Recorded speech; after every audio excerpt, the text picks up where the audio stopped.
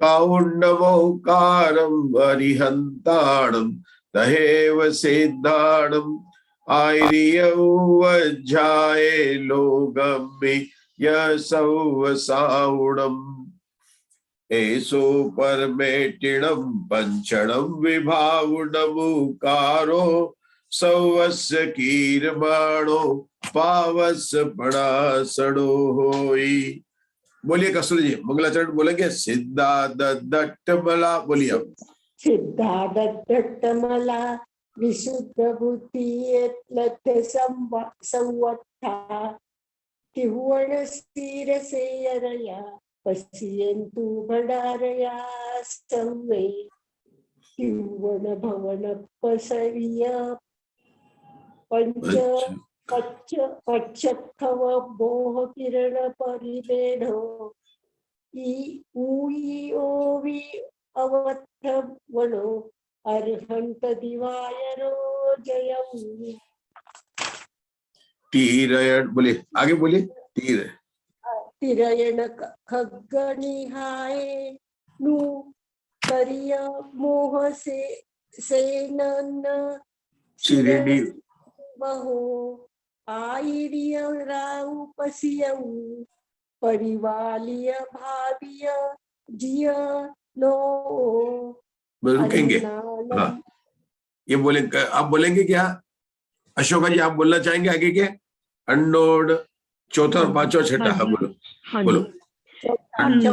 अंधियारे अनोर पारे भवंत भवियाणम उज्जो जेहि कहो पश्यन्तु सयावज्जाया दोहति विवति साविंध्य तिहुवण भवियाण सुठुरायण परिठव्याधम पवा सुए जलवाण पाणेन संधारिय शीलहरा उत्तारिय चिरम चिरप बादुशील भरा साहु जयंतु सव्वे शिव सुपैठियाहु निगलिए भया। सर मिस्टेक बताइएगा।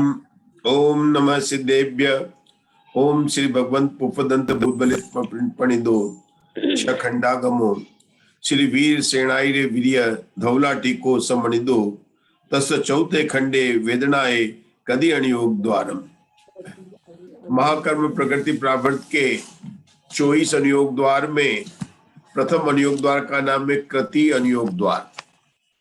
इसके सूत्र की रचना भूतबली आचार्य ने की है और इस सूत्र पर जो टीका लिखी है वह आचार्य वीरसेन की वीरसेनाचार्य ने, वह धवला पुस्तक 9 में प्रकाशित हुई। इस कृति अनुयोग द्वार के सूत्रों की संख्या मात्र 76 है। पूरा कृति अनुयोग द्वार वास्तव में देखा जाए तो 3 भागों में बांटा गया है। पहले में 44 सूत्रों के अंदर मंगलाचरण, 45 सूत्र में कृति अनुयोग द्वार की उत्पत्ति का मतलब जन्म स्थान की निरूपणा की है कि जिनागम में कहां से इसकी उत्पत्ति हुई है, और उसके बाद में कृति अनुयोग द्वार के सूत्र है कृति संबंधित। वहां भी 7 प्रकार की कृति बताई। नाम कृति, स्थापना कृति, द्रव्य कृति और भाव कृति। 4 कृति तो ये हो गए। उसके बाद में गणन कृति, ग्रंथ कृति और करण कृति, इस प्रकार 7 प्रकार की कृति बताई।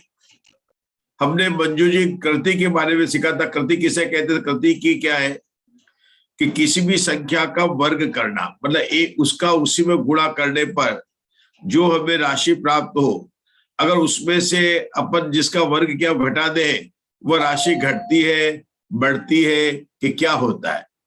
तो आचार्य ने बताया था कि 1 में 1 का गुणा करने पर 1 आता है और उसमें से 1 घटा दे तो हमें 0 की प्राप्ति होती है। 2 में देखें तो 2 में 2 का वर्ग करें तो 4, और 4 में से 2 घटा दे तो फिर 2 के 2 ही रह गए। 3 के बारे में आचार्य ने कहा कि 3 का 3 में गुणा करने पर 9 आता है और उसमें से मूल राशि 3 को घटाए तो 6 आता है। तो ये 6 भी 3 से दुगनी हो गई और 6 का वर्ग करें तो 36 आता है, जो 9 से भी बहुत ज्यादा 4 गुना हो गया। तो इस संख्या को क्या कहते हैं? कृति संख्या कहते हैं। अब हम आपसे पूछेंगे तो कृति संख्या कौन सी है? 3 या 3 से अधिक कृति संख्या है। एक को क्या कहते हैं? नो कृति। दो को क्या कहते हैं? अवक्तव्य। फिर से बताएंगे प्रीति जी। एक की संख्या को कहा नो कृति, दो की संख्या को कहा अव्यक्तव्य, और 3 की संख्या के आदि सबको क्या कहा? कृति संज्ञा कहा। कृति हाँ, कृति। कृति संख्या। इनको लेकर यहाँ पर अलग अलग अनुयोग द्वार से, ओघ अनुयोग द्वार, शर्मा अनुयोग द्वार, प्रथम अनुयोग द्वार, संचय अनुयोग द्वार, इन 4 अनुयोग द्वार से कृति की चर्चा की गई। क्या मतलब हुआ? कृति का भी अपन ने अर्थ समझा कि कृति के 3 भेद किए थे, दो कृति, अवक्तव्य कृति और कृति। कृति किसको कहा था? 3 कहा था। अवक्तव्य किसको कहा था? 2 कहा था। और नो कृति किसको कहा था? 1 कहा था। नरक गति का उदाहरण लेते हैं। नरक गति में जीव कब होते हैं और कब नहीं होते हैं? तो कहते हैं नरक गति में ऐसा कोई समय नहीं है जबकि नारकियों से खाली हो जाए। मुंबई कभी खाली नहीं होती, मुंबई की ट्रेन कभी खाली नहीं चलती है। नारकियों में कभी भी ऐसा समय नहीं आता जबकि कोई भी नारकी नहीं हो। लेकिन ये हो सकता है कि कोई नारकियों के उत्पन्न होने में अंतर पड़ जाए। नारकियों में अंतर पड़ने के लिए अंतर पड़ सकता है। तो अंतर पड़ने के बाद में जब जीव उत्पन्न हो तो क्या उत्पन्न वाला जीव 1 है, 2 है या 3 या उससे अधिक है? तो कहते हैं जन्म लेने को कहते हैं उपक्रमण काल। क्या कहते हैं? उपक्रमण काल। जन्म लेने को क्या बात कर रहे हैं? नीतू जी क्या बोला? नीता जी, जन्म लेने को क्या कहा मैंने? उषा जी, उपक्रमण काल मतलब जन्म लेने के काल को कहते हैं।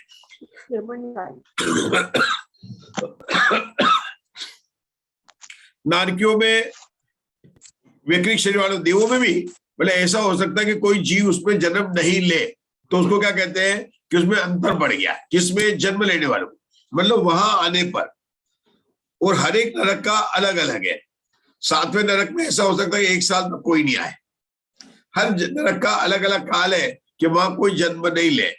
अब जो वो अंतर पड़ गया और वो जन्म ले, तो हो सकता है कि एक ही जीव नारकी में आया, 2 आए या अधिक आए। तो क्या हुआ कि 1 भी आ सकते हैं, 2 भी आ सकते हैं और 3 से अधिक भी आ सकते हैं। इसको क्या कहेंगे कि नारकियों में क्या है? कथनचित नो कृति है, कथनचित अव्यक्तव्य है, कथनचित कृति है। लेकिन ये कब हुआ? प्रथम समय में हुआ। प्रथम समय जन्म लेने के उस प्रथम समय की बात करते हैं। लेकिन प्रथम समय को छोड़कर अब प्रथम समय में क्या है कि नारकियों में कृति ही है, क्योंकि नारकी में ऐसा कभी नहीं होगा कि वहां पर कोई भी जीव नहीं पाया जाएगा। ये सारी चर्चा कहाँ आने वाली है? कृति अनुयोग द्वार में आने वाली है। और कृति अनुयोग द्वार में कौन सी भेद बताई मैंने? गणन कृति। जहां बताया 1 को नो कृति कहते हैं, 2 की संख्या को अवक्तव्य कहते हैं, 3 की संख्या को कृति कहते हैं। और ये कैसे बताया? नारकी में जन्म लेने की अपेक्षा से कि नारकी में ऐसा हो सकता है कि कभी कोई भी नारकी जन्म नहीं ले, और फिर जन्म ले, अगर 1 जन्म ले, पहले समय की बात करें तो केवल 1 ही प्रथम समय में क्या होगा? 1 ही जन्म लिया तो उसको कहेंगे, क्या कहेंगे? नो कृति। अगर 2 ने जन्म लिया तो अवक्तव्य, और 2 से अधिक जन्म लिया तो क्या कहेंगे? कृति है। तो नारकियों में जन्म लेने के प्रथम समय की अपेक्षा, उपक्रमण काल की अपेक्षा से देखें तो कथनचित नो कृति है, कथनचित अवक्तव्य है, कथनचित कृति है। लेकिन अप्रथम समय में लेंगे तो हमेशा कृति है, क्योंकि 3 से अधिक जीव पाए जाएंगे। नारकी में 10 संख्यात जीव है तो 3 से अधिक जीव पाए जाएंगे। इस प्रकार के हर एक गति मार्गणा में वर्णन करना वो किसका विषय है? वह विषय है गणन कृति का। इसके अलावा कृति अनुयोग द्वार में उन्होंने करण कृति का भी वर्णन किया। करण कृति में 3 भेद किए उन्होंने। पहले कहा कि जब जीव शरीर के परमाणु को ही ग्रहण करता है, पहले समय में संघातन कृति, केवल ग्रहण करना संघातन कृति, केवल निर्जरा करना परिशातन कृति, और ग्रहण और निर्जरा दोनों करना उसका संघातन और परिशातन कृति। हमने नवी पुस्तक कृति अनुयोग द्वार का स्वाध्याय प्रारंभ किया है। मंगलाचरण के हमारे सूत्र चल रहे हैं उसके, लेकिन हम साथ साथ में कृति अनुयोग द्वार के विषय को तो समझे। कि कृतीय योग द्वार में मंगलाचरण के बाद में क्या आने वाला है कि 45 सूत्र के अंदर कृतीय योग द्वार का जन्म स्थान की परंपरा आएगी। फिर 46 सूत्र से आगे 7 प्रकार की करण कृति को बताने वाले हैं और वहां पर आचार्य 2 का मुख्य से वर्णन करने वाले हैं। एक का नाम है गणन कृति, दूसरे का नाम है करण कृति। करण कृति में 3 बातें आती है कि क्या होता है कि केवल शरीर के परमाणु का ग्रहण करना, ओनली, उसको कहते हैं संघातन। केवल निर्जरा करना, मैंने निर्जरा करना, निकल जाना, उसको कहते हैं परिशातन। और दोनों को होना संघातन और परिशातन कहते हैं। अब आप सभी को पता है कि कर्म परमाणु किसके कारण आते हैं? मिथ्या, प्रवृत्ति, प्रमाद, कषाय, योग को बंध के हेतु कहा गया है तत्वार्थ सूत्र में। कर्म के परमाणु किसके कारण आते हैं? कि आत्मा के प्रदेशों में योगों की कंपाइनमेंट से, मतलब काय वांग मन कर्म योगा स आश्रम। क्या बोलते हैं? काय वांग मन कर्म योगा स आश्रम, योग आते हैं। अब मेरा प्रश्न है आशा बहन, 14 गुण स्थान में क्या कर्म आएंगे? 14 गुण स्थान में कर्म नहीं आएंगे, कर्म निर्जरित। क्यों नहीं आएंगे? क्योंकि अयोग केवली, वह योग ही नहीं रहा, योग ही नहीं रहा, है ना, वह योग ही नहीं रहा। तो जब योग नहीं रहा और अभी हमने संघातन किसको कहा? कर्म के परमाणु को आना। तो आशा बहन 14 गुण स्थान में संघातन होगा कि नहीं होगा? नहीं होगा। अरे इतना सरल है, कहाँ कठिन पड़ रहा है? क्या बता रहे, फिर से बताते हैं। प्रीति जी तैयार है आप लोग शरकंडकम पढ़ने के लिए? हाँ तैयार। संघातन मतलब कर्म परमाणु का आना, परिशातन मतलब कर्म परमाणु के निर्जरा होना, संघातन परिशातन दोनों का होना। अब कर्म परमाणु किससे आते हैं? योग से आते हैं। योग कहां तक है? 1 से 13 गुण स्थान तक। हमने प्रश्न पूछा ममता जी दोषी कि क्या पूछा कि 14 गुण स्थान में क्या योग है? तो क्या नहीं है। तो कर्म परमाणु आएंगे कि नहीं आएंगे? अरे नहीं आएंगे तो ऐसा हो सकता है कि संघातन होगा कि बिल्कुल नहीं होगा। तो संघातन परिशातन होगा कि नहीं, या परिशातन होगा कि नहीं होगा? 14 गुण स्थान में 14 गुण स्थान कौन है? अयोग केवली। अ ई उ र ल काल के लिए है। हमने क्या प्रश्न पूछा? क्या 14 गुण स्थान में योग है? आप सभी का उत्तर था 14 गुण स्थान में योग नहीं है। योग नहीं है तो कर्म परमाणु नहीं आएंगे। नहीं आएंगे तो मैंने कहा था कर्म परमाणु के ग्रहण करने को संघातन कहते हैं। तो क्या 14 गुण स्थान में संघातन कृति है? तो आशा बहन ने भी बताया कि नहीं है, आंसर राइट है, मतलब वहां पर नहीं है क्योंकि कर्म परमाणु नहीं आ रहे। अब मेरा प्रश्न है आशा बहन आप भी से कि वहां पर संघातन परिशातन है कि परिशातन है? अब 3 देना बेटा, संघातन, संघातन, परिशातन और परिशातन। परिशातन मतलब केवल निर्जरा होना, संघातन और परिशातन मतलब निर्जरा भी होना और ग्रहण भी होना। तो बताइए 14 गुण स्थान में क्या क्या है? खाली परिशातन है, कर्मों की निर्जरा होती जा रही है। बहुत बढ़िया, मतलब देखो यही है, बस इतना इंटेलिजेंस से अपन कृतीय योग द्वार पढ़ेंगे तो सब समझ में आएगा। क्या बताया पृथ्वी जी, थोड़ा बताएंगे? हम कौन से बता रहे हैं? अपन करण कृति की बात कर रहे हैं। अपन ने 3 करण हो रही, अब दूसरे करण हो गए, संघातन करण कृति, परिशातन करण कृति और संघातन परिशातन कृति। संघातन में क्या कहा? कर्म परमाणु का आना। परिशातन में क्या कहा? कर्म परमाणु का निर्जरा होना। और संघातन परिशातन दोनों का आना भी और निर्जरा भी होना। जाना भी। हाँ। देखो 13वें गुण स्थान तक की बात अलग है, वहां तक योग है। पहले गुण स्थान से लेकर 13वें गुण स्थान तक है, तो वहां पर संघातन भी होगा, वहां पर परिशातन भी होगा और वहां पर देखना पड़े कैसे होगा। लेकिन संघातन परिशातन में 3 अवस्था बन सकती है 1 से 13 में। लेकिन 14 गुण स्थान में चूंकि योग का अभाव हो गया, मधु जी ग्वालियर, नई बातें आ रही है आपको, नई नई बातें सीखना जरूरी है। परिशातन आगे आगे बढ़ा रहे हैं ताकि आप आगे हो जाए सबसे। क्या हो गया? तो क्या बता रहे? परिशातन में क्या हुआ कि 14 गुण स्थान के अंदर केवल परिशातन कृति है। कौन सी? केवल परिशातन कृति। आशा बहन कठिन तो नहीं लगा ना? कितना सरल है। संघातन, संघातन, परिशातन और परिशातन एक बार इनकी हो जाए तो अयोग केवली भगवान के केवल परिशातन ही है। अब उसमें कहेंगे परिशातन कृति जगन्य है कि उत्कृष्ट है? उत्कृष्ट रहेगी ना, पर नहीं, पूरा अयोग केवली का काल है ना, तो उसके प्रथम समय में और अंचलम समय में अंतर पड़ेगा, है ना। कि प्रथम से ज्यादा परमाणु हो गए, उसके अंदर कम हो गए, तो उस हिसाब से उसमें अंतर पड़ेगा। तो वहां पर वो सब अपने को विषय आने वाला है। तो ये क्या बताया आपने? कृति और योग द्वार। इसमें सूत्र की संख्या कितनी है? बोलिए नीता जी। 76 कितनी है? 76। 75 में एक जोड़े तो 76 है। पहले 44 सूत्रों के अंदर मंगलाचरण है। 45 सूत्र के अंदर ये बताया कि कृति और योग द्वार द्वादशांग में कहां से उसकी उत्पत्ति हुई और कैसे इसके सूत्र की रचना हुई। फिर 46 सूत्र से लेकर 76 सूत्र तक 31 सूत्रों के अंदर क्या बताया कि 7 प्रकार की कृति होती है। उनके नाम क्या है? अब मैं पूछना भी शुरू कर सकता हूं, मैं रोज रिपीट कर रहा हूं कि 4 तो निक्षेप वाले, नाम कृति, स्थापना कृति, द्रव्य कृति और भाव कृति। 3 कृति और है, ग्रंथ कृति, करण कृति और गणन कृति। आचार्य ने गणन कृति और करण कृति का बहुत विस्तार से वर्णन किया।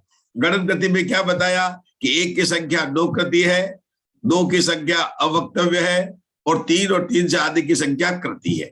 हमने नरक कृति के उदाहरण से समझा था, कल फिर रिपीट करेंगे, फिर आपसे पूछेंगे। लेकिन करण कृति में क्या बताया? संगातन, परिशातन, संगातन और परिशातन। संगातन का क्या मतलब हुआ? कर्म परमाणु का ग्रहण करना। परिशातन का क्या अर्थ हुआ? कर्म परमाणु के निर्जरा होना। संगातन में क्या होना? ग्रहण भी करना और निर्जरा भी करना।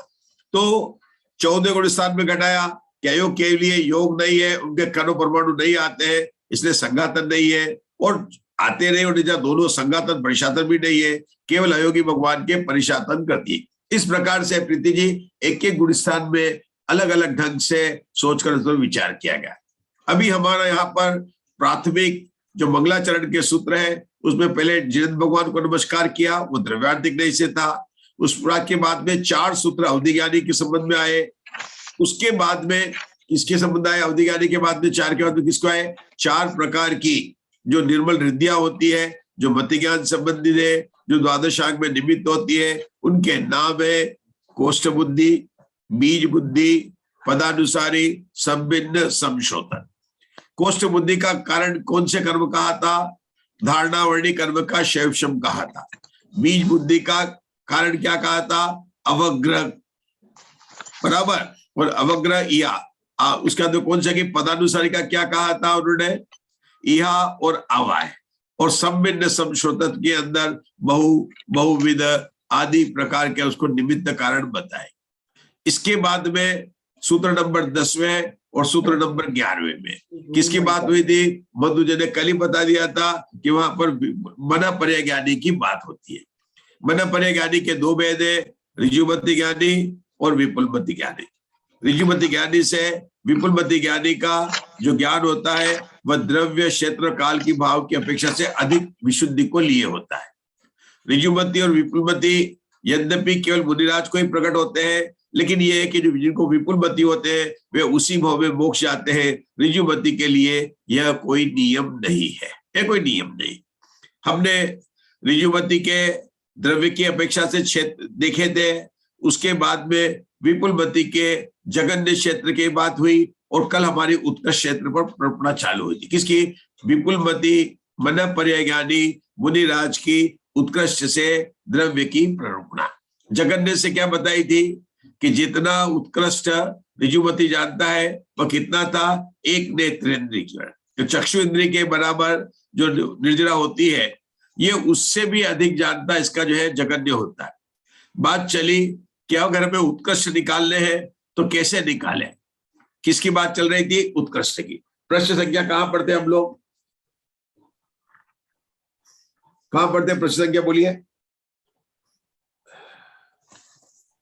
67 उत्कृष्ट द्रव्य के ज्ञापन। प्रश्न संख्या 67 है। प्रश्न संख्या कितनी है? 67 है। चलिए अब पढ़ेंगे आज से, फिर से पढ़ेंगे। कल पढ़ा था प्रीति जी ने, तो पढ़िए। कौन पढ़ेगा आज आगे का? जिसका पुस्तक को पढ़िए। उत्कृष्ट द्रव्य के, हाँ पढ़िए। उत्कृष्ट द्रव्य के ज्ञापनार्थ उसके योग्य असंख्यात कल्पों के समयों को शलाका का रूप से स्थापित करके मनोद्रव्य वर्गणा के अनंत में भाग का विरलन कर विश्व सोपचय रहित 8 कर्म संबंधी अजय घन्यानुत्कृष्ट एक समय प्रबंध को समखंड करके देने पर उनमें एक खंड द्रव्य का द्वितीय विकल्प होता है। इस समय शलाका का राशि में बिल्कुल रुक जाएंगे, बिल्कुल चाहिए। आपको समझ में आ गया? आप याद रहे आप पढ़ रहे हैं आगे तो आपको समझ में आ गया, आपको स्पष्ट पढ़ा आप। चलो प्रीति जी ने कहा आप ही समझाइए। प्रीति जी तो हमको पूर्ण चैट बॉक्स में डालते हैं, इसको समझा देते हैं, तो बिल्कुल समझाते हैं अपन, ठीक है ना। अब क्या पढ़ाएंगे यहाँ पर, देखिए यहाँ पर अजगन्य अनुत्कृष्ट आया। ये शब्द क्या था, ये थोड़ा पढ़ने में अपने को हो गया। अजगन्य अनुत्कृष्ट क्या हुआ, एक समय प्रबद्ध। कौन सा समय प्रबद्ध, 8 कर्म संबंधी अजगन्य अनुत्कृष्ट एक समय प्रबद्ध को लिया। 8 क्या लिया उन्होंने, 8 कर्म संबंधी समय प्रबद्ध। पहले अपन जब बात करते कौन सा था, औदारिक शरीर संबंध मतलब आहार वर्गण। ये कौन सा है, जो 13 नंबर की वर्गण जिससे ज्ञानावरणी दर्शनावरणी इनको बोलते हैं, 8 कर्म बनते हैं, उसका समय प्रबंध लिया। लेकिन कौन सा समय प्रबंध लिया, अजगन्य अनुत्कृष्ट। क्या मतलब वो औषधोषी कि जगन्य से भी बनता है, उत्कृष्ट से भी बनता है, लेकिन वह मध्यम योग से जो बंध है। जैसे 1 से 10 तक की संख्या में 1 जगन्य है, 10 उत्कृष्ट है, 2 से 9 क्या हो गया, मध्यम हो गया। उसको क्या कहते हैं, अजगन्य अनुत्कृष्ट। केवल अजगन्य पूछे अनुत्कृष्ट तो उसको उत्तर पता है, लेकिन जहां पर ये लिखा हो अजगन्य अनुत्कृष्ट तो उसका मतलब 2 से लेकर 9। फिर से बताता हूं, 1 से 10 तक की संख्या है, उसमें समझने के लिए बता रहा हूं। योग में क्या बोल रहे हैं कि योग के वास्तव में 3 भेद किए जाते हैं। क्या किए जाते हैं, जगन्य योग, उत्कृष्ट योग और मध्यम योग। जीव कांड में इस तरह की भाषा है। यहाँ पर मध्यम योग की जगह पर वीरसेन आचार्य ने अजगन्य अनुत्कृष्ट किया, जिसका मतलब वही होता है। क्या मतलब होता है, मध्यम योग से। तो बीच में आप लोग का सबका पुस्तक है, क्या लिखा वहां पर, एक समय प्रबंध, 8 कर्म संबंधी समय प्रबंध लिया। कौन सा लिया, समय प्रबंध किसको कहते हैं, एक समय में बंधने वाले कर्म परमाणुओं की संख्या को समय प्रबंध कहते हैं। वह समय प्रबंध यद्यपि सिद्धों के अनंत भाग और अभव्यों से अनंत गुणा इतने कर्म परमाणु होते अनंत, लेकिन फिर भी उत्कृष्ट, मध्यम और जगन्य की अपेक्षा से उसके अंदर परमाणु की संख्या में अंतर हो जाता है। यहाँ पर हम कौन से ज्ञान की बात कर रहे हैं, विपुलमति मना कर रहे हैं ज्ञान की। हमने ये तो पता लगा लिया कि विपुलमति घन ज्ञान का जगन्य ज्ञान कितना बड़ा होता है, कि जो हमने नेत्र इंद्रिय वर्ण के जो शैवशम वाला एक इंद्रिय संबंधी ज्ञान जो कि ऋजुमति का था, उससे अधिक होता है। तो शंकाकार के मन में अब दूसरा भेद कैसे है और कुल भेद कितने होते हैं। कुल भेद किसके भेद बता रहे हैं, विपुलमति ऋजु ज्ञान, विपुलमति मना परे ज्ञान के कितने भेद है। भेद समझते ना कि जगन्य से लेकर उत्कृष्ट तक कितने भेद हैं, तो उसको निकालने का तरीका बता रहे।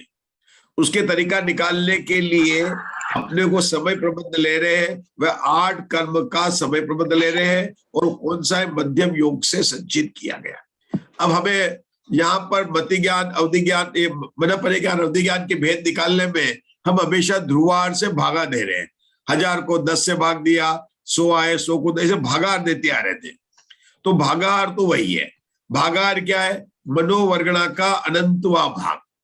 मनो कोई बात नहीं है, आप कहेंगे मनोवर्गणा कहां से आ गया, कि अपन रोज के चावल बनाते हैं, तो आप कह देते हैं कि 1 कटोरी चावल ले लो। तो कोई मेहमान आ गए, कितना लग गया, कि अपने यहाँ छोटी बगेनी जिसमें अपन चाय बनाते हैं ना, उसको पूरा ले ले, तो अपने 20 आदमी आ रहे खाना खाने के लिए, सबके लिए हो जाएगा। तो वो आपने बदल दिया। रोज तो बोलते थे कटोरी से लेते थे, आज क्या बोला, भगवान से लेकर अपने 20 आएंगे ना, मेहमान आएंगे आज, तो वो बड़ी बदल दिया उन्होंने। तो ये उनको आचार्य को ये अनंत में है राशि, अनंत में, हमको भाववासन नहीं है हमको। लेकिन ये पता है कि मनोवर्गणा, कार्बन वर्गणा, तेजस वर्गणा, औदारिक, वैक्रिक, ये आहार वर्गणा में पता है। पर हमें क्या पता है कि आहार से वैक्रिक सूक्ष्म है, वैक्रिक से तेजस सूक्ष्म है, तेजस से कौन से है, नहीं आहार, वैक्रिक, आहारक, तेजस और कार्बन, और उसमें परमाणु की संख्या बढ़ती जाती है। ये पता चल गया।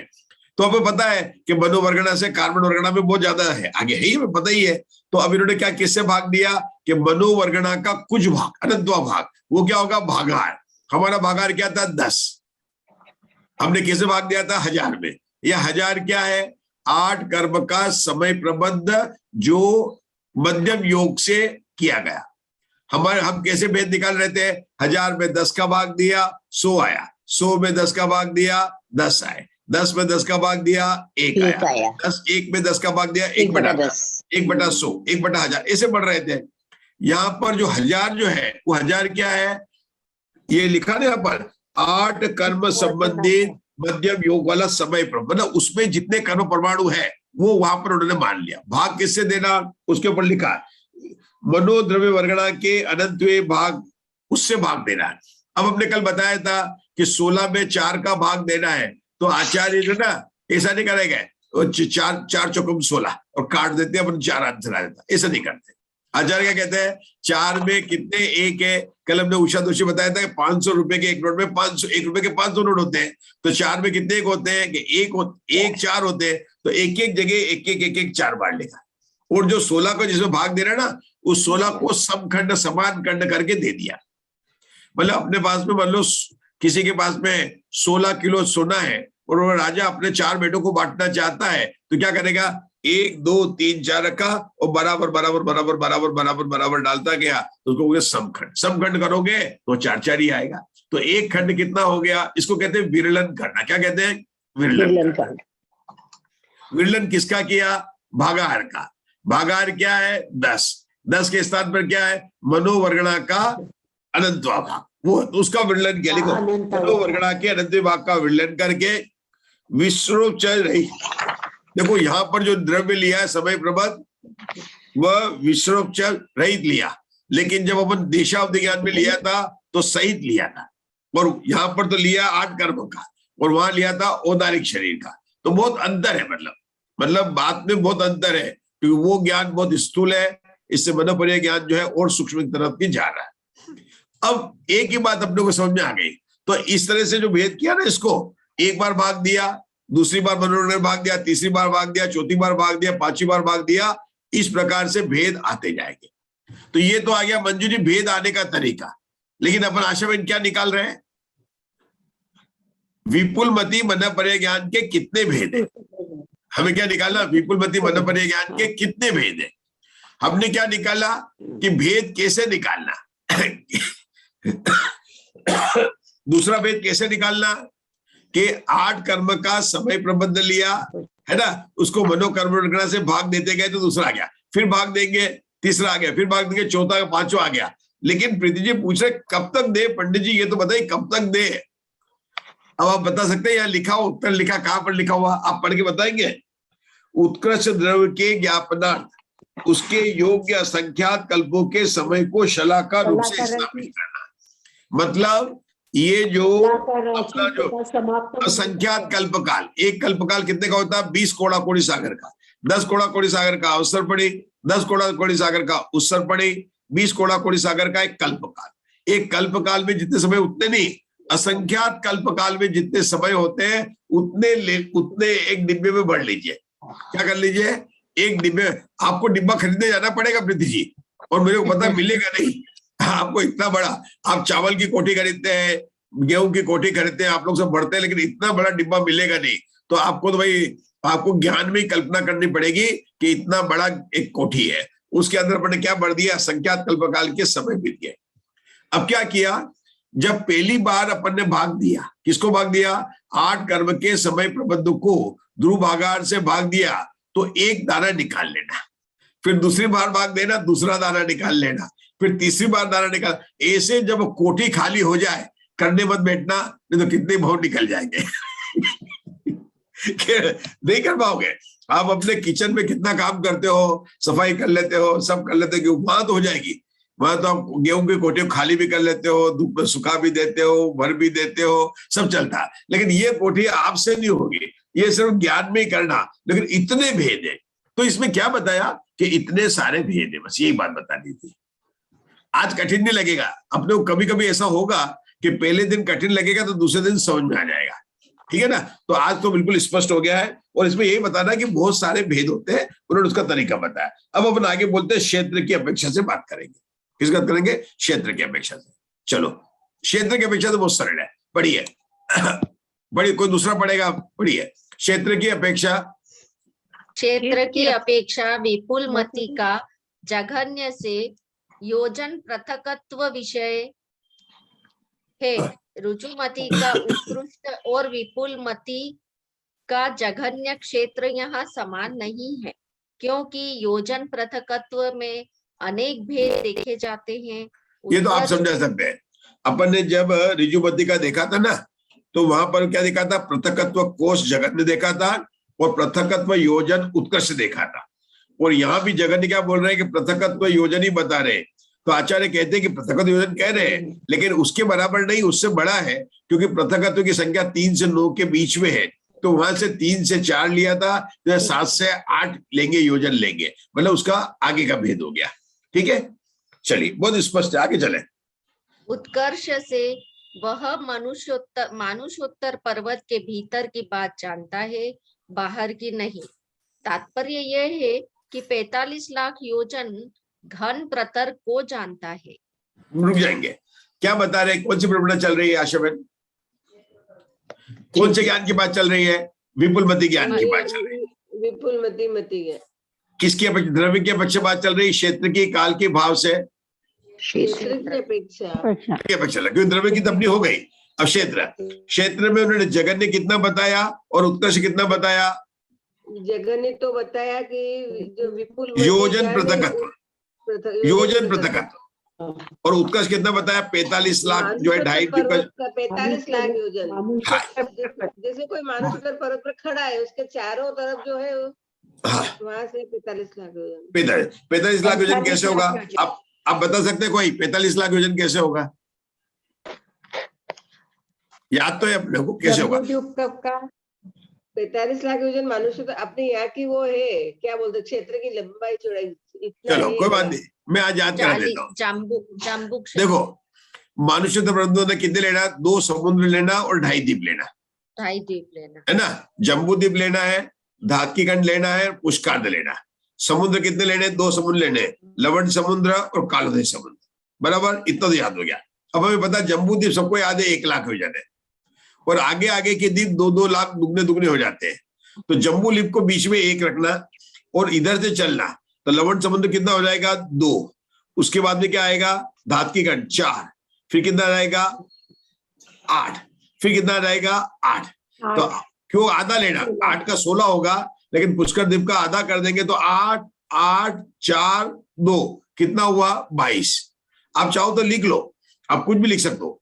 पहला जम्बू द्वीप, दूसरा लवण समुद्र, तीसरा लिखिए धातकीखंड, चौथा कालोदय समुद्र, आगे लिखिए पुष्कर द्वीप। लेकिन अपने को लेना आधा लेना, तो जम्बू द्वीप को तो भी बाद में लेंगे। लवण समुद्र कितना हुआ? 2 लाख योजन का। फिर लिखेंगे 4, फिर कितने लिखेंगे? 8, फिर लिखेंगे 16, लेकिन उनको आधा लेना तो वहां भी 8 लिखेंगे। तो 2 बार 8 आ गया, 8 और 8 16। उसके पहले उषा दोषी कितना था? 4, 20। उसके ऊपर कितना था? 2 था, 22 हो गए। तो 22 इधर आ गए, 22 उधर आ गए, सब गोलाकार के। तो 22 और 22 44 हो गए, और जम्बूद्वीप कितना हो गया? 1 लाख हो गया, 45 लाख योजन हो गया। कस्तूरी समझाइए, आप सबको समझाइए 45 लाख योजन कैसे होता है। कस्तूरी जी समझा सकते हैं? जम्बू ट्राई करिए। जम्बूद्वीप का 1 लाख योजन है।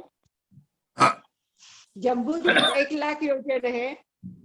फिर एक साइड का लेने का है, हाँ, तो लवण समुद्र 2 लाख योजन आएगा। फिर घातकी खंड का 4 लाख योजन आएगा। फिर पुष्करार्ध का आधा लेना है, इसलिए वो 8 योजन आएगा। हाँ। तो 2, 4, 8 और 8, उसका 8 2। हाँ ठीक है, तो रुकिए रुकिए, अब रुकिए लेना है, इसलिए 22 कालोदय समुद्र। रुकिए। हाँ, तो 1 हाँ, लाख बीच 8 में, लाख दोनों योजन। तरफ 22-22 है, इनको जोड़ेंगे तो 45 लाख योजन का है। हाँ। तो अभी अपन ने क्या समझा? क्षेत्र की अपेक्षा से उत्कृष्ट क्षेत्र कितना है? किसका? विपुलमती मना पर्याय ज्ञान का, केवल 45 लाख योजन। और हमने जब परमावधि का देखा था और देशावधि का देखा था, कितना क्षेत्र था उत्कृष्ट? पूरा लोक था। देशावधि का भी कितना था? पूरा 343 घन राजू।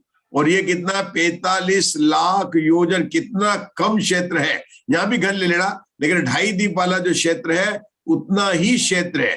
तो क्षेत्र की अपेक्षा किसका क्षेत्र ज्यादा हुआ? अवधि ज्ञान का क्षेत्र बहुत ज्यादा हुआ। किसका हुआ? अवधि ज्ञान का। लेकिन सूक्ष्मता के परमाणु के हिसाब से देखें तो ये मन पर्य ज्ञान देखता है। अब इन्होंने बोला 45 लाख का है। अब पंडित जी साहब, अवधि ज्ञान रूपी को जानता है, ये तो मन को जानता है। मन भी रूपी पदार्थ है, पुद्गल की वर्णना है, रूपी ये भी दोनों दोनों का रूपी है प्रीति जी, मतलब अपने है ना, इसीलिए इनको प्रत्यक्ष कहा ना, एक देश प्रत्येक रूपी पदार्थ जानते हैं, एक को ही जानते हैं दोनों। मतलब मति शुद्ध का एक भेद क्या था, अपन ने पढ़ा भी था, अवधि ज्ञान और मन पर्य ज्ञान दोनों रूपी पदार्थ को द्रव्य, क्षेत्र, काल और भाव की सीमा से जानते हैं। हम ये सिर्फ देख रहे हैं यहाँ पर कि हमने मन पर्य ज्ञान का क्षेत्र समझा कि जो विपुलमती मन पर्य ज्ञान है उसका जगन्य क्षेत्र कितना है कि ऋजुमती से मैंने यहाँ नहीं, यहाँ पर कितना लिया था, पृथकत्व योजन लिया था, है ना, वो लेकिन उससे बड़ा है। और उत्कर्ष कितना लिया, अपने मनुष्य लोक के बराबर लिया। मनुष्य लोक 45 लाख योजन आता है, ये आता है। तो हमने यहाँ पर क्या देखा कि देशावधि ज्ञान भी सारे लोग को जानता था, लेकिन यह विपुलमती ज्ञान की अंतिम लिमिट जो है वह कितनी हो गई, वह केवल मानुष्योत्तर पर्वत की। अब यहाँ से जो हम आगे पढ़ने वाले हैं उसकी शंका है, उस शंका को पढ़ने में कुछ शब्द में नहीं समझ में आए, ऐसा हो सकता, लेकिन ऐसा कुछ है नहीं है। लेकिन उसमें 3-4 पॉइंट बताए, मैं आपको पहले पॉइंट बता देता हूं और फिर आप उसको पढ़ेंगे तो आप लोग को बिल्कुल समझ में आ जाएगा। देखिए, जो आगे का पैराग्राफ पढ़ने जाते हैं उसकी पहली लाइन में क्या लिखा, आशा बहन, आकाश की एक श्रेणी को ही जानता, मिला सबको, मिला, क्या लिखा, या क्या बता रहे हैं, कुछ चर्चा कर रहे हैं कि विपुलमती ज्ञान जो जानता है, द्रव्य की बात कर ली, क्षेत्र की, आकाश की एक श्रेणी को जानता है। अब श्रेणी किसे कहते हैं, मधु जी तीसरी पुस्तक में आया था, श्रेणी किसे कहते हैं, शतरानुगम में भी आया था, श्रेणी किसे कहते हैं, 7 राज्यों की एक श्रेणी होती है। मैं पूछता हूँ, मधु जी का नाम लेता हूँ, सबसे पूछता हूँ और उत्तर में दूंगा, क्योंकि हम लोग को आप ये मत सुनिएगा मैं किसी से पूछ रहा हूँ। 7 राज्यों की एक श्रेणी होती है ना, अपने होते हैं 7 राज्यों की। और जगत प्रतर किसे कहते हैं, जगत श्रेणी में जगत श्रेणी का गुणा करने पर जगत प्रतर आता है। ये बात उषा दोषी अपन कई, मतलब अपने तीसरी पुस्तक में भी पढ़ी थी, यहाँ भी पढ़ते हैं, और अपना नेचर है भूलना है, और जेपी दोषी का काम है कि याद कराना, मतलब अपना सबका काम बटा हुआ है, आप भूलते जाइए, मैं आपको याद भी कराते जाऊंगा, कोई बात नहीं है ना, अपने को और करना क्या, स्वाध्याय करनी और दूसरा काम तो करना नहीं है। तो जगत श्रेणी किसकी होती है, 7 राज्यों की होती है। जगत श्रेणी में जगत श्रेणी का गुणा करेंगे तो जगत प्रतर, जगत प्रतर को क्या बोलेंगे, जैसे 7 राज्य हुआ तो 7 राज्यों में 7 राज्य गुणा करेंगे तो 49 आ जाएगा, तो 49 राजू प्रतर की 49 राजू स्क्वायर, वो मेरे प्रतर राजू कह देंगे। उसके बाद में फिर गुणा करेंगे जगत श्रेणी का तो घन राजू आ जाएगा, तो 7 का 3 बार करेंगे तो 343 घन राजू आ जाएगा। अब यहाँ पर पहला पॉइंट क्या बताया कि आपने कहा कि विपुलमती ज्ञान जानता है, तो एक श्रेणी में जानता मतलब एक पंक्ति में जानता। कुछ आचार्य की कोई मान्यता है, ये बात पहले भी उठाई उन्होंने कि एक श्रेणी में जानता है, लेकिन ये मान्यता रॉन्ग है। श्रेणी कहते हैं लाइन को, श्रेणी कहते हैं पंक्ति को, श्रेणी कहते हैं बिल्कुल जैसे सीधी लाइन को चल रहे हैं। जबकि किसको जानता है, तो आचार्य इसको क्या बताने वाले कि ऐसा हो नहीं सकता। उसके लिए आचार्य, क्योंकि अपने को ऐसे शब्द आएंगे ना, आप नहीं समझेंगे कि अगर ऐसा होगा तो विद्याधर को नहीं जान पाएगा, ऐसा होगा तो मनुष्य पर्वत को नहीं जान पाएगा। क्यों नहीं जान पाएगा, कि विद्याधर की श्रेणी ऊपर है और कोई मुनिराज यहाँ बैठे हुए तो उसकी श्रेणी के लेवल पर नहीं हो तो एक लाइन में जानेगा, और वो तो ऊपर बैठा हुआ है विद्याधर, तो कैसे जानेगा, मनुष्य कैसे जानेगा, एक लाइन में जानेगा, एक लाइन में जानेगा। तो आप किसी भी चीज को जानते हैं, आपने कटोरी जानी, तो कटोरी जानी तो एक लाइन में अगर जानेंगे तो उसकी हाइट भी जानते हैं, चौड़ाई भी जानते हैं, उसकी ऊंचाई भी जानते हैं, तीनों डायमेंशन को जानते हैं। आप कहते हैं कटोरी को जाने, गिलास को जाना, तो गिलास को इतनी बड़ी हाइट है, सबको जानते हैं ना, तब कहेंगे जानेंगे। तो कोई भी वस्तु होती है उसमें उसकी लंबाई होती है, उसकी चौड़ाई होती है और उसकी मोटाई होती है। तो वीरसेन आचार्य पहले पॉइंट में, यहाँ पर कितने पॉइंट आएंगे, मेरे ख्याल से 6 पॉइंट आएंगे, नहीं मैंने नोट किए, बात कर लेंगे, 3-4 पॉइंट है। तो पहले पॉइंट में तो बताएंगे आकाश श्रेणी की जो मान्यता वो गलत है, वो वस्तु को तीनों में जानता है, मतलब उसकी ऊंचाई, लंबाई और चौड़ाई तीनों को लेना, ठीक है। दूसरा पॉइंट क्या आएगा कि ये कहते हैं कि जो विपुलमती मन पर्य ज्ञान है ये 45 लाख मनुष्योत्तर पर्वत तक जानता। क्या कहा, मनुष्योत्तर पर्वत तक जानता है। हाँ, तो आगे क्यों नहीं जान सकता, अरे बहुत बड़ा माउंटेन आ गया इसलिए कैसे जान सकता आगे। तो आचार्य कहते हैं कि पर्वत आ गया है इसलिए आगे जानता है, ये बात मत लेना। क्या कस्तूरी जी, मतलब वीरसेन धौला में ऐसी आती है, आप जब जीवकांड पढ़ेंगे ना तो आप 45 लाख योजन के और बता देंगे चौकोर है, वो सब बात बता देंगे। लेकिन यहाँ पर ये तो बोलते हैं, उसको सोच सोच के बताते हैं कि अगर ये कहो कि मानुष्योत्तर पर्वत के आगे नहीं जानता है, क्योंकि मानुष्योत्तर पर्वत बहुत बड़ा पर्वत है, उसके आगे नहीं जा सकता, कि ऐसा कारण नहीं। क्यों कि अगर ऐसा कहोगे तो यहाँ बीच में भी कहां पर सुदर्शन मेरु से लेकर कई है, हिमवन, महाहिमवन, निषद, नील, रुक्मणी, शिखर, बहुत सारे पर्वत है, पर्वत भी है, पहाड़ भी, तो उनको भी नहीं जान पाएगा। अगर आपने कहा कि अगर पहाड़ कारण है तो आगे न जानने का पर्वत कारण नहीं है, आगे नहीं जानने का उस मुनिराज की क्षेत्र की जो लिमिट भगवान ने बताया वो क्षेत्र कारण है, क्षेत्र की सीमा कारण है। ये दूसरे पॉइंट में बताया। इस तरह से बताकर फिर बोलेंगे कि मतलब मानुष्य पर्वत से बगात नहीं हुआ ना। हाँ, इसके बाद में एक पॉइंट और बताते हैं यहाँ पर आगे चलकर कि जो 45 लाख वजन बताया, तो मानुष्य पर्वत तो गोल है, सर्कल की तरह से, चूड़ी के आकार वाला है, लेकिन वो जानता है ना, तो उसके ज्ञान का क्षेत्र 4 कोण वाला है, 4 कोण वाला। तो मानुष्योत्तर पर्वत के 4 कोण में कोई देवता अगर उस कोण में छिपा है तो वो मुनिराज यहाँ के उसकी बात को भी जान लेंगे कि मानुष्योत्तर पर्वत की सीमा में आएगा, 45 लाख योजन की सीमा में आएगा। क्या बताया मैंने? अपन एक पूरा स्क्वायर करें और उसके बीच में गोला करें तो 4 कोने अपने को मिल जाएंगे। तो ये मानुष्योत्तर पर्वत तो गोला है। अब मान लो कोई मुनिराज बैठे हुए हैं और उस कोने के अंदर कोई देव आ गया, कोई जगत भूमि का आ गया, तो उसके मन की भी बात को जान लेंगे। ऐसा बताने के लिए यहाँ पर ये बात बताइए। तो कुछ पॉइंट बता रहे हैं, हम इनका पढ़ेंगे और अब आपको समझ में आ जाएंगे। चलिए कस्तूरी जी, पढ़ना है आपको। आकाश की एक श्रेणी, पॉइंट पे नंबर 1। आकाश की एक श्रेणी ही जानता है, ऐसा कितने ही आचार्य कहते हैं, किंतु वह घटित नहीं होता, क्योंकि ऐसा मानने पर मनुष्य एवं विद्याधरादि में विपुलमती मनपर्य ज्ञान की प्रवृत्ति न हो सकने का प्रसंग आता है।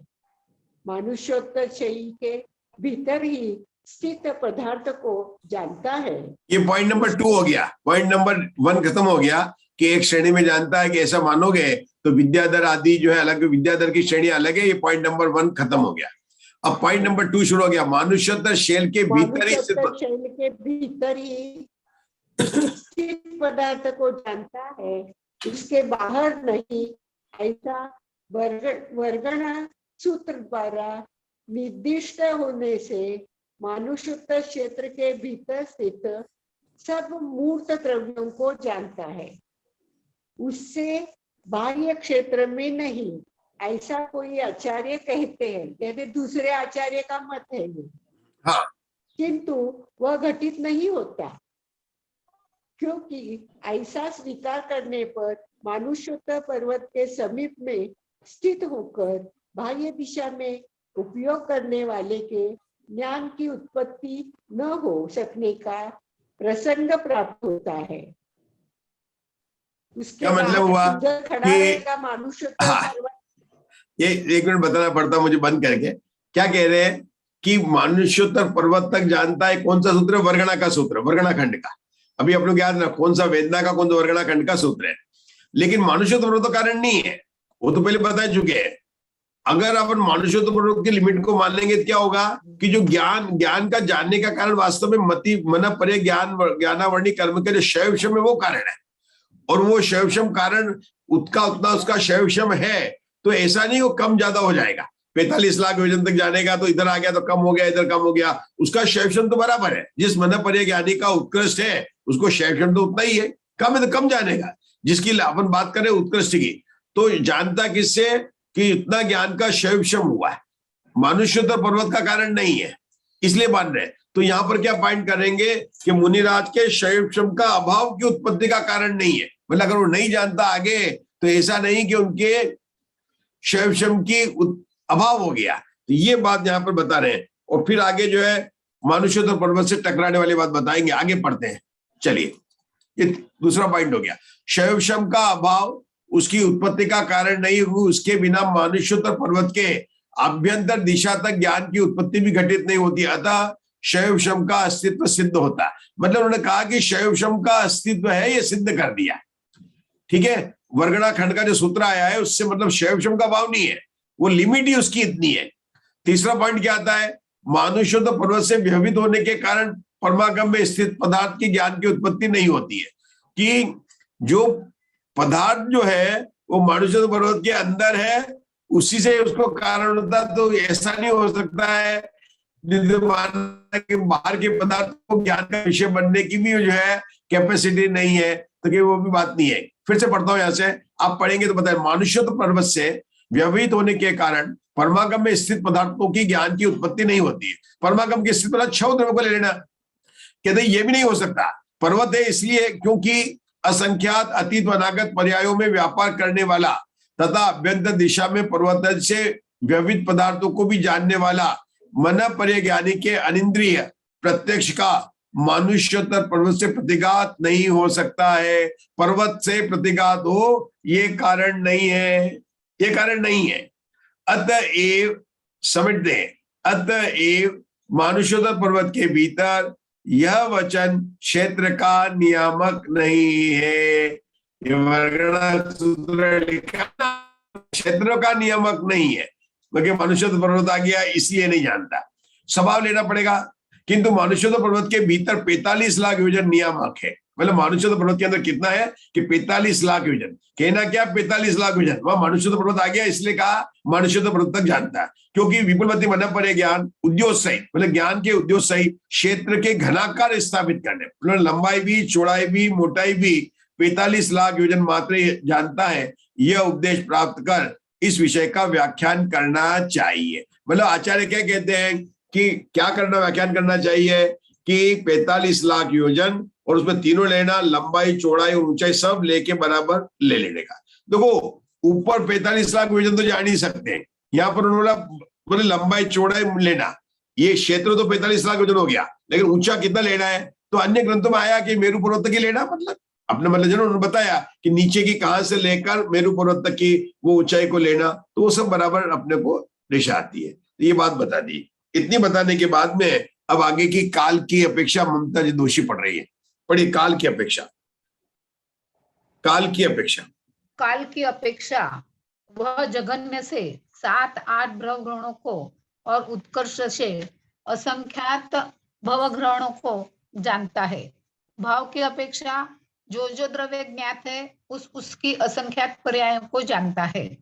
इस प्रकार के विपुलमति मन परिज्ञानी जिनों को नमस्कार हो, यह सूत्र का अभिप्राय है। बहुत बढ़िया, इन्होंने नमस्कार किया। ऊपर इसी 69 पेज में हमने पढ़ा ना, प्राकृत में लिखा है उन्होंने, बहुत अच्छा लिखा है।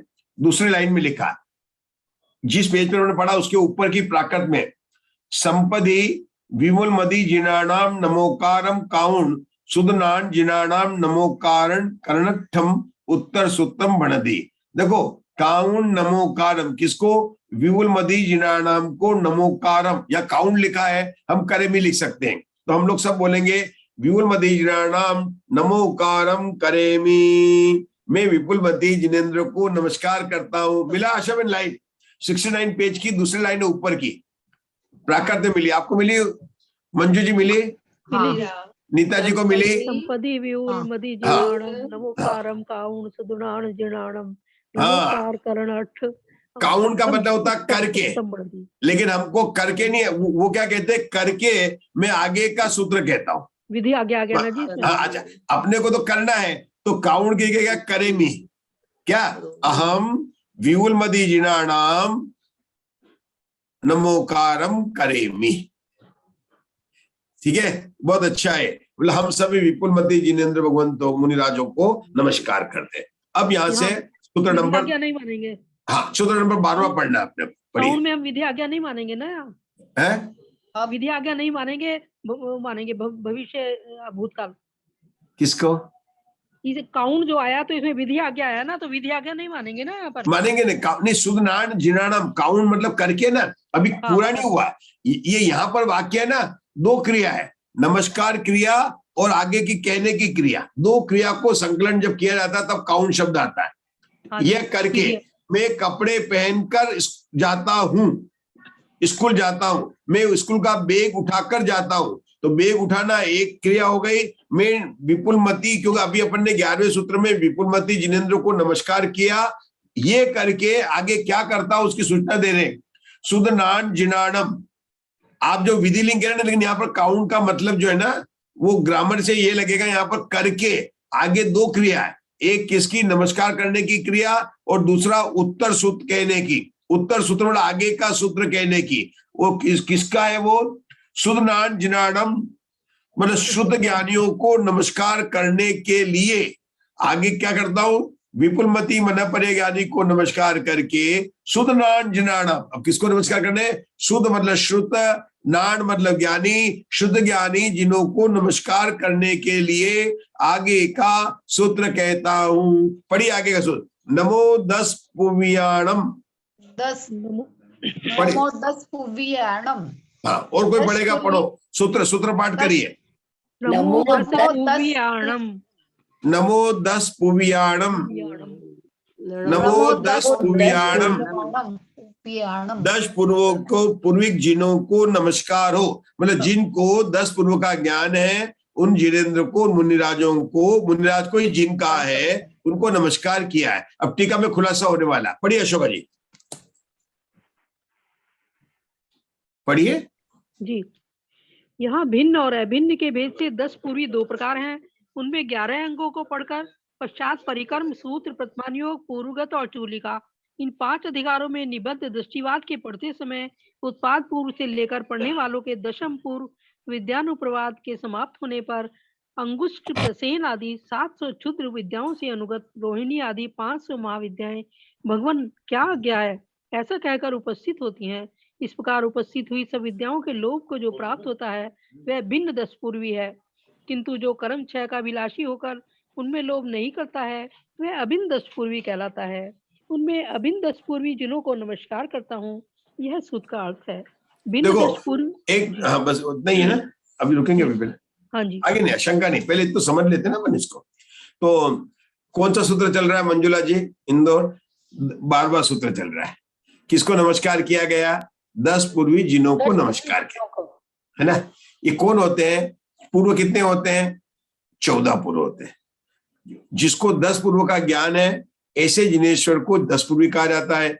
जिनके पूरे 14 पूर्व का ज्ञान है, उनका 14 पूर्वी जिन कहा जाता है। उसका सूत्र आगे आने वाला है। तो 14 पूर्वों के ज्ञान में से अपने यहाँ पर मंगलाचरण में 2 लोगों को नमस्कार किया गया। एक किसको? 10 पूर्व को जानने वाले, और एक 14 पूर्व को जानने वाले। तो आशा बहन कौन से 10 पूर्व लेने? 14 में से कोई भी 10 ले सकते हैं, क्रम से लेना है। बिल्कुल बढ़िया। मतलब 1 से लेकर उत्पाद, अग्रायणी, वीर्यानुवाद, अस्ति नास्ति प्रवाद, ज्ञान प्रवाद। 10वां पूर्व का नाम क्या? विद्यानुवाद। अच्छा, 9वें पूर्व का नाम किसको अपन ने शाम को पढ़ा है? संयम मार्ग नाम है। अभी 9वें पूर्व का नाम क्या था?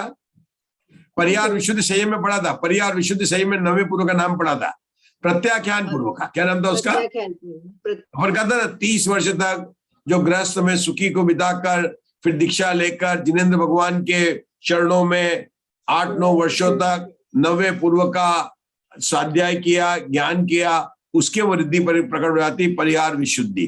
वो 9वें पूर्व था। आज कौन से पूर्व की बात चल रही है यहाँ पर? 10वें पूर्व की। तो आपको कितने पूर्व याद हो गए? 4। पहला पूर्व तो सबको याद है, उत्पाद। दूसरा कौन सा याद है? अग्रायणी, क्योंकि उससे षटखंडागम ग्रंथ की रचना हुई है, वो तो भूल नहीं सकते अपन। और 9वां पूर्व कौन सा है? प्रत्याख्यान का पूर्व है। 10वां पूर्व कौन सा है? विद्यानुवाद का। याद हो गए? कौन से याद हो गए? पहला याद हो गया, दूसरा याद हो गया, 9वां याद हो गया, 10वां याद हो गया। 4 तो याद हो गए। बोलिए कौन बोलेगा? कसरत से 4 पूर्व के नाम बोलिए। पहले कोई बात नहीं, चलेगा मर यथा तथा अनुपूर्वी। 1, 2, 9 और 10। बोलिए। पहले का नाम है उत्पाद पूर्व, अग्रायणी पूर्व, अग्रायणी। 9वां है प्रत्याख्यान पूर्व। ठीक है, तो आप लोगों को याद करना है पहला पूर्व, उत्पाद पूर्व। रुक जाएंगे अब आप लोग। पहला उत्पाद पूर्व, दूसरा अग्रायणी, 9वां पूर्व जो है प्रत्याख्यान, और 10वां पूर्व है जिसकी यहाँ पर बात चल रही विद्यानुवाद है। अब क्या होता है, ये 10 पूर्व में विद्या है। आपने बताया, देखा होगा 700 विद्याएं, रोहिणी आदि विद्याएं। और ये विद्याएं, और नारायण जब लड़ने जाता है ना, तब भी रोहिणी आदि विद्या तो सिद्ध करनी पड़ती है उसको। वहां पर आप हमेशा, नारायण जब गए तो लक्ष्मण ने सिद्ध की। अपने यहाँ तो लक्ष्मण ने रावण को मारा ना, तो लक्ष्मण ने सिद्ध की थी। कौन सी? रोहिणी आदि विद्या सिद्ध की थी। त्रिपश नारायण ने भी की थी। तो ये सब विद्या यहाँ पर ये पूर्व को पढ़ते हैं, उनको सारी ये विद्याएं सिद्ध हो जाती है। तो क्या होता है प्रीति जी, वो देवियां प्रकट हो जाती है और कहते चलो वेलकम, लेट्स गो। खड़ी है BMW कार, एरोप्लेन वगैरह सब खड़े, चलो चलो चलो चलो घोड़ो। तो वो कहती है, तो जो मुनिराज कहते हैं कि नहीं आप पधारिए, आप कहाँ से आ गए, प्लीज गो अवे, हमें तो अपने आत्मा का कल्याण करना, हमें कुछ नहीं चाहिए, तो उसको कहेंगे अभिन्न दश पूर्वी। उनको क्या कहेंगे? अभिन्न दश पूर्वी।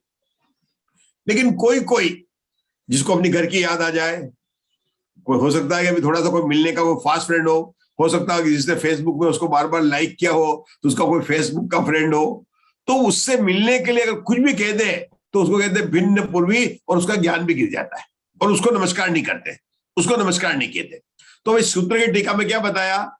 सूत्र में तो इतना ही कहा था, क्या कहा था कि हमको 10 पूर्वी जिनों को नमस्कार, इस सूत्र में कहा। टीका में क्या बताया कि 10 पूर्वी जिन 2 प्रकार के होते हैं, भिन्न 10 पूर्वी और अभिन्न 10 पूर्वी। दोनों को 10 पूर्वी का ज्ञान तो करते हैं, लेकिन जो ज्ञान करने पर नियम से उनकी देवता लोग, मतलब यहाँ पर तो देवियां आती है, देवियां आकर आती है और उनसे आज्ञा मानती है कि जो हुक्म, जो आज्ञा दीजिए। और अगर कोई मुनिराज उसमें उनके साथ में या उनके बताए में चले जाए तो उनको बोलते हैं भिन्न 10 पूर्वी, और उनका वो वहां से स्थान गिर जाता है।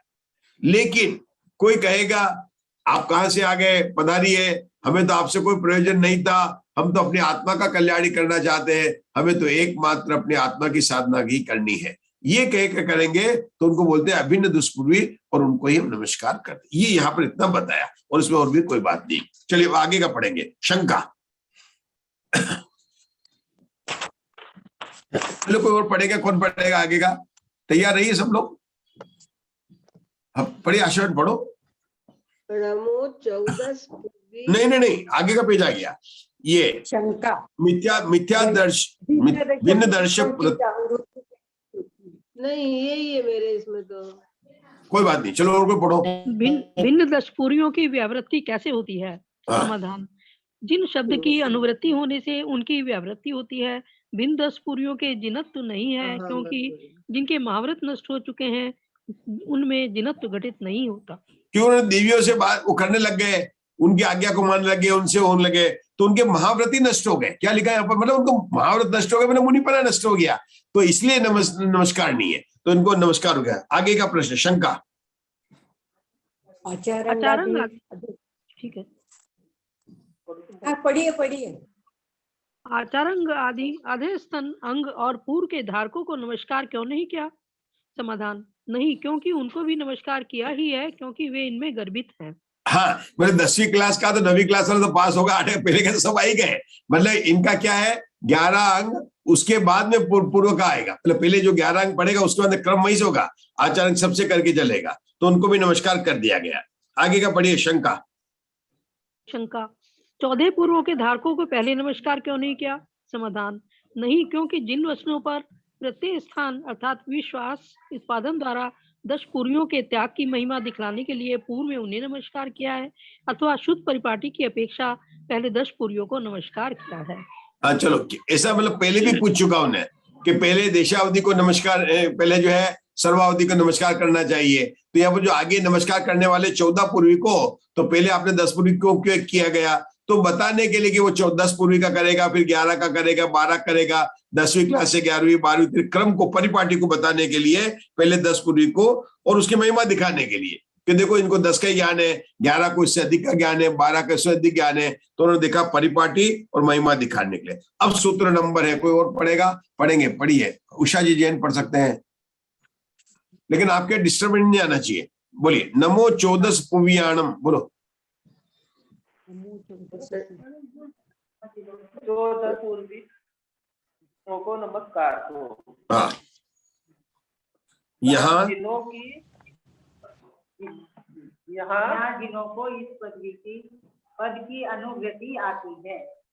अनुवृत्ति का मतलब क्या है कि आगे से चला, मतलब आराम अपने को लेते हैं ना पिछले सूत्र से, नमो जिनाणम, नमो वही जिनाणम, नमो सबो जिनाणम, वहां सूत्रों से इसको अनुवृत्ति में ले लेने का है। आगे बोलिए, समस्त शुद्ध ज्ञान के धारक 14 पूर्वी जिन है। उन 14 पूर्वी दिनों को नमस्कार हो, यह सूत्र का अभिप्राय है। बस रुकेंगे, आगे का पढ़ेंगे। कौन पढ़ेगा? पढ़िए अशोका जी, आप ही पढ़ लीजिए। शेष शंका। शंका, शेष अधर स्तन पूर्तियों को नमस्कार क्यों नहीं किया? समाधान, नहीं, क्योंकि उनको भी नमस्कार किया ही है, क्योंकि अधर स्तन पूर्वों के बिना 14 पूर्व घटित ही नहीं होते। स्पष्ट है, आगे पढ़ेंगे। शंका, 14 पूर्व का ही नाम निर्देश करके किस लिए नमस्कार किया जाता है? समाधान, क्योंकि विद्यानुप्रवाद की समाप्ति के समान 14 पूर्वों की समाप्ति में भी जिन वचन पर विश्वास देखा जाता है। मतलब दो ही परीक्षा है, अपन कहते हैं 10वीं की बोर्ड और 12वीं की बोर्ड, दो बोर्ड होती है, 10वीं की बोर्ड और 12वीं की बोर्ड, या 12वीं की बोर्ड नहीं, 14 कॉलेज की बोर्ड है। मतलब दो जगह पर, ऐसे दो जगह पर अतिशय देखा जाता है। कहां पर देखा जाता है? 10 पूर्व के जिसको ज्ञान होने पर देवियां प्रकट होती है, वो बात बताई, और 14 पूर्व पर आकर भी जिनको द्वादशा का ज्ञान होता है, तो वहां पर भी महिमा बताने के लिए अतिशय होता है, उनकी पूजा होती है, 14 पूर्व की भी होती है, तो वहां पर उनको नमस्कार किया जाता है। आगे 14 पूर्व की समाप्ति में कौन सा विश्वास है? 14 पूर्व की समाप्ति में कौन सा विश्वास है? समाधान, पढ़िए। हाँ पढ़ लीजिए, एक दो ही शंका है, बस फिर समाप्त करते हैं। 14 पूर्वों को समाप्त करके रात्रि में कायोत्सर्ग से स्थित साधु की प्रभात समय में भवनवासी, वानव्यंतर, ज्योतिषी और कल्पवासी देवों द्वारा शंख, काहला और तूर्य के शब्द से व्याप्त महापूजा की जाती है। इन दो स्थानों में जिन वचनों पर विश्वास पाया जाता है।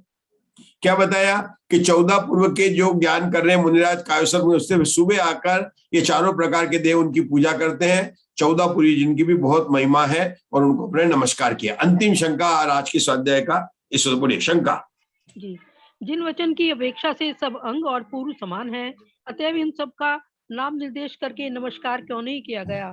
समाधान, नहीं, क्योंकि जिन वचन रूप से सब अंग और पूर्वों में सदृशता के होने पर भी विद्यानुप्रवाद और लोक बिंदुसार का महत्व है, क्योंकि इनमें ही देव पूजा पाई जाती है। 14 पूर्व का धारण मिथ्यात्व को प्राप्त नहीं होता और उस भाव में असंयम को भी नहीं प्राप्त होता, यह इसकी विशेषता है। हाँ, 14 पूर्व का ज्ञानी जो है, अच्छा ये भिन्न भी नहीं, अभिन्न वाला भी नहीं है। भिन्न वाला तो गिर गया, भिन्न 10 पूर्वी वाला तो गिर कर नीचे आ ही गया उसका, लेकिन अभिन्न पूर्वी और ये 14 पूर्वी वाला मिथ्यात्व को प्राप्त नहीं होता, यहाँ तक कि उसका संयम भी नहीं गिरता है। द्वादश अंग का देखो, मोक्ष आता है ये नहीं बोला यहाँ पर, क्योंकि ऐसे लोग होते हैं कि अपन देखें द्वादश अंग के पार्टी स्वधर्म भी है, चौथे गुण स्थान जा रहे हैं, सर्वार सिद्धि वाले भी हैं, लोकांतिक देव भी हैं, द्वादश अंग के पार्टी आगे भी आपको मिलेंगे। तो इस प्रकार से यहाँ पर आज अपन ने 13 सूत्रों का स्वाध्याय किया है। अपना समय हो गया है, कल से अपन 14 सूत्र से आगे का स्वाध्याय पढ़ाएंगे। जिनवाणी स्तुति।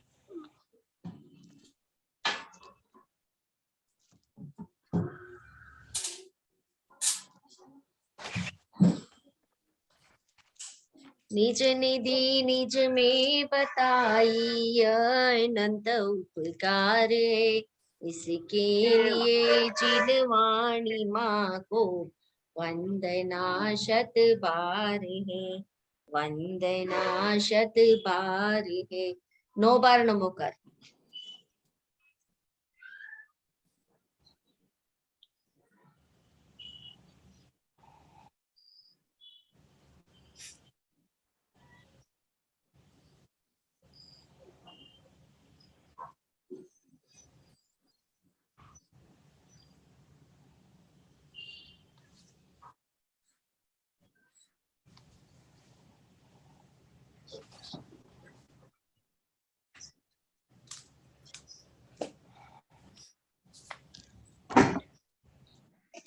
जय बोलो सिद्धांत शास्त्र की जय हो।